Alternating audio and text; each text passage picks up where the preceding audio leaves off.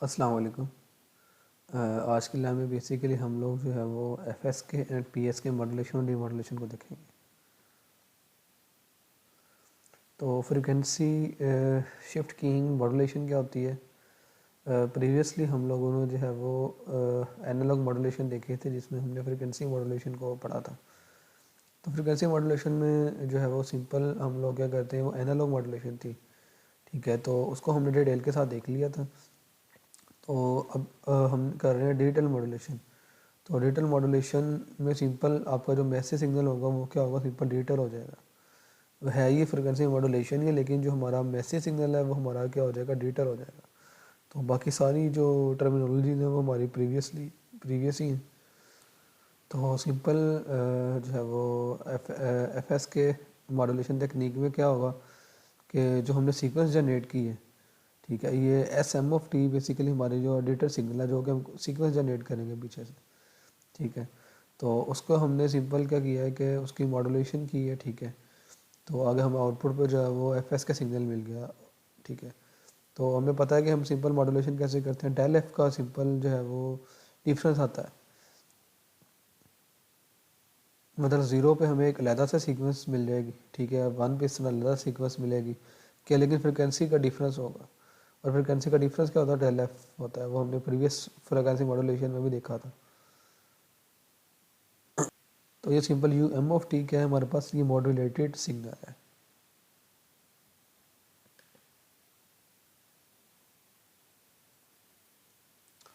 अच्छा, अब डीमॉड्यूलेशन में हम लोग क्या करते हैं,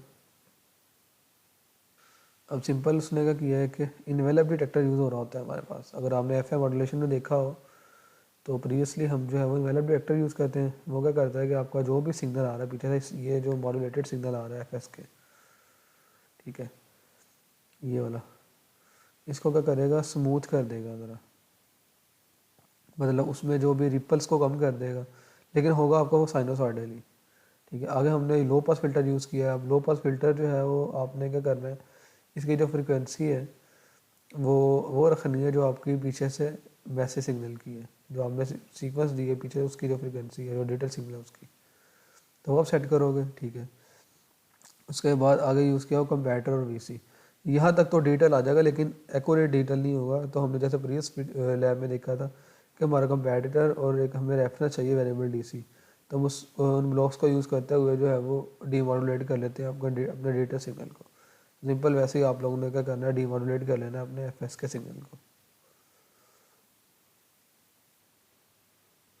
अच्छा, आगे सिंपल हमारे पास जो है वो बाइनरी फेज शिफ्ट कीइंग है, पीएस के मॉड्यूलेशन।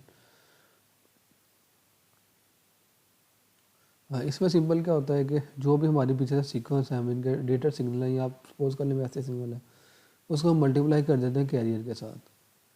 तो आगे आउटपुट पे हमें जो है वो बीएस के सिग्नल मिल जाता है। और इसके अलावा एक ट्रिगरिंग इनपुट भी यूज़ हो रही होती है सीक्वेंस जनरेटर की, तो उसकी हमने सेटिंग कर लेनी जैसे हमने प्रीवियसली की थी। तो ये सिंपल आपके पास जो है वो सिग्नल है, डेटा सिग्नल, जो अगर सपोज कर लो मैसेज सिग्नल है, और ये आपका मॉड्यूलेटेड सिग्नल है। क्या है, क्या डिफरेंस क्या है कि इसमें फेज शिफ्ट आ रहा है, फेज रिवर्सल है। जैसे ये देखें, ज़ीरो पे वो ये सीक्वेंस दे रहा है, फिर वन पे ये दे रहा है। तो आपने क्या करना है, इसको रियलाइज़ कर लेना है।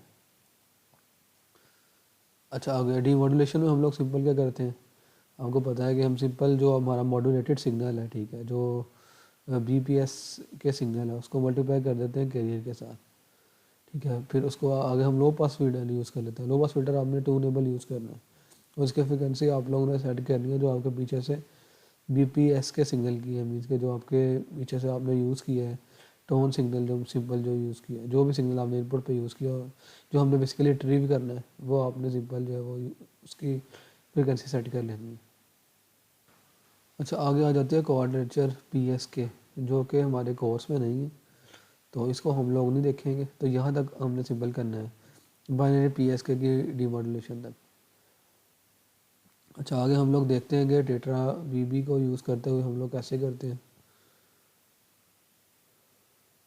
तो सिंपल पहले आपके पास क्या है, फ्रिक्वेंसी शिफ्ट की मॉड्यूलेशन है। जैसे कि आप लोगों को पता है कि एक VCO बेसिकली इनपुट हम यूज़ करते हैं FM जब भी मॉड्यूलेशन करते हैं। इसको हम जो भी इनपुट पीछे से बेसिकली देते हैं ना, ये मैं जो भी मैसेज सिग्नल लेते हैं उसके रिस्पेक्ट से वो हमें जो है वो FM मॉड्यूलेटेड सिग्नल दे देता है। और हमने क्या किया है कि सीक्वेंस जनरेटर से जो है वो सीक्वेंस जनरेट किया जो कि लाइन इनकोडिंग में है। अब लाइन इनकोडिंग को हमने सिंपल VCO की इनपुट में दे दिया, मिल के लाइन। अब इसको 0 0 सेलेक्ट किया है तो NRGL बेसिकली सिलेक्ट है, तो NRGL यहाँ पे आएगा, ठीक है। तो वो क्या आपके पास डिजिटल सिग्नल है, ठीक है, डिजिटल एक सीक्वेंस है, ठीक है।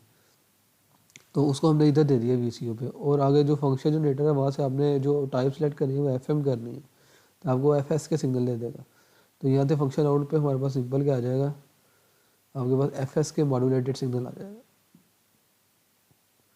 लेकिन एक जो है वो ये F ट्रिगरिंग की आपने जो है वो एक प्रॉब यूज़ कर लेनी है सेपरेट। इसमें आगे आपने को जो भी सेटिंग दी है, डिटेल की आपने कितनी फ्रिक्वेंसी सेट करनी है तो आप लोगों ने कर लेनी है सेटिंग वगैरह।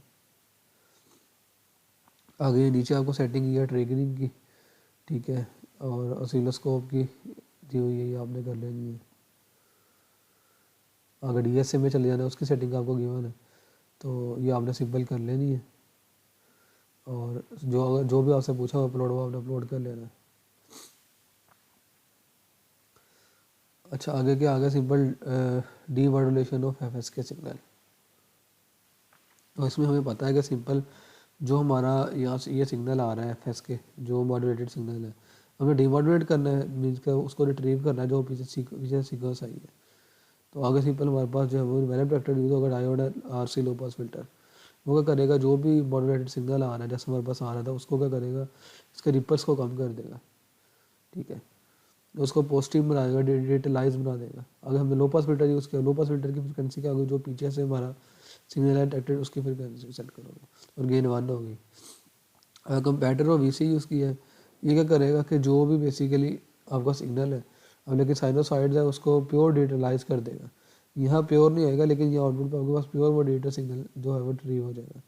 सिंपल आपने शो कर, ये चैनल 1 पे सीक्वेंस शो कर ले जो यहाँ इनकोडिंग आ रही है, ठीक है, और चैनल 0 पे सिंपल आपका जो आपने रिट्रीव सिग्नल किया वो आ जाएगा। और रेफरेंस सामने का लिया है वेरिएबल पावर सप्लाई, तो इसकी सेटिंग आपने सिंपल कर लेनी है। आप 0 रखते हो या कोई भी वैल्यू देते हो वो आपने दे देनी है इसको पीछे से।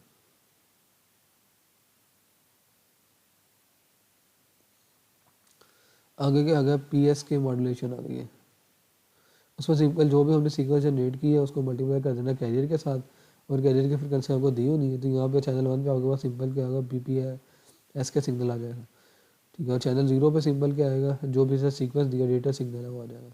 और एक ट्रिगरिंग की आपने यूज़ कर लेनी है, तो ये तो सिंपल आपके पास आ जाएगा।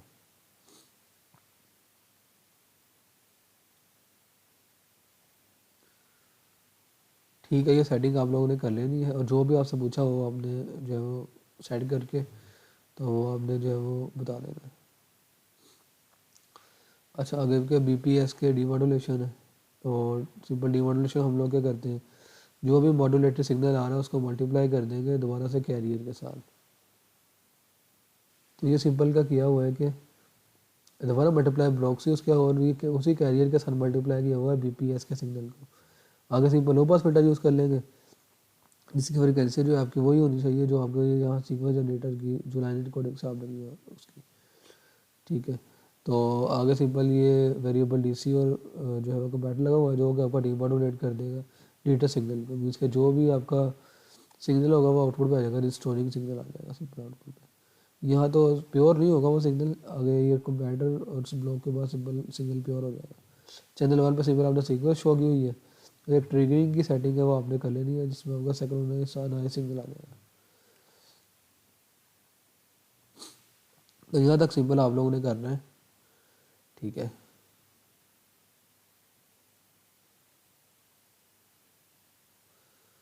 So this is all about today's lab. Thank you very much for listening.